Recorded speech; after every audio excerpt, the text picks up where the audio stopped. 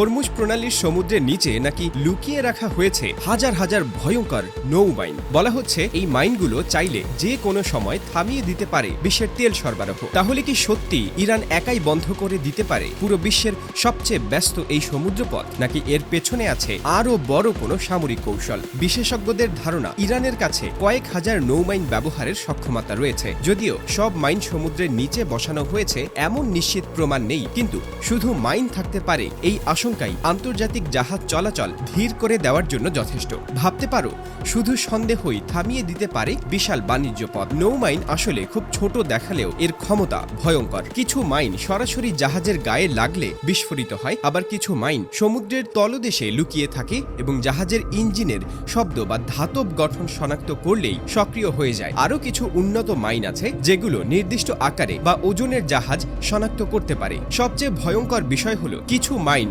সমুদ্রের নিচে থেকে হঠাৎ উঠে এসে জাহাজের নিচে আঘাত করতে পারে, ফলে জাহাজের ক্রুরা বুঝতেই পারে না কোথা থেকে আঘাত এলো। এ কারণেই নৌ মাইনকে অনেক সময় নীরব কিন্তু মারাত্মক অস্ত্র বলা হয়। এখন প্রশ্ন হচ্ছে, এই পরিস্থিতিতে যুক্তরাষ্ট্র কি করবে? যুক্তরাষ্ট্র দীর্ঘদিন ধরেই বলছে তারা আন্তর্জাতিক জাহাজ চলাচল নিরাপদ রাখতে প্রতিশ্রুতিবদ্ধ। তাদের লক্ষ্য হচ্ছে হরমুজ প্রণালী সবসময় খোলা রাখা, কারণ এই পথ বন্ধ হয়ে গেলে শুধু একটি দেশের নয়, পুরো দেশের অর্থনীতি ক্ষতিগ্রস্ত হবে। কিন্তু বাস্তব সমস্যা হচ্ছে সমুদ্রের নিচে থাকা মাইন খুঁজে বের করা অত্যন্ত কঠিন কাজ। আর এখানেই সামনে আসে সবচেয়ে বড় চ্যালেঞ্জ। আগে যুক্তরাষ্ট্রের কাছে উপসাগর অঞ্চলে বিশেষ ধরনের মাইন পরিষ্কার করার জাহাজ ছিল, কিন্তু সাম্প্রতিক বছরগুলোতে তারা পুরনো কিছু মাইন সুইপার জাহাজ অবসর দিয়েছে এবং এখন নতুন প্রযুক্তির ওপর বেশি নির্ভর করছে, যেমন ড্রোন, হেলিকপ্টার এবং ছোট আকারের আধুনিক যুদ্ধ জাহাজ। এই প্রযুক্তি কার্যকর হলেও বড় আকারে মাইন পরিষ্কার করতে সময় লাগে। ফলে যদি সত্যি বড় এলাকায় মাইন বসানো হয়, তাহলে পুরো প্রণালী নিরাপদ করতে কয়েক সপ্তাহ এমনকি কয়েক মাসও সময় লাগতে পারে। বিশ্বের প্রায় 20% তেল এই পথ দিয়ে যায়, তাই যদি এই রুট দীর্ঘ সময়ের জন্য ঝুঁকিপূর্ণ হয়ে ওঠে, তাহলে তেলের দাম বেড়ে যেতে পারে। আর তেলের দাম বাড়লে তার প্রভাব পড়ে পরিবহন, বিদ্যুৎ, শিল্প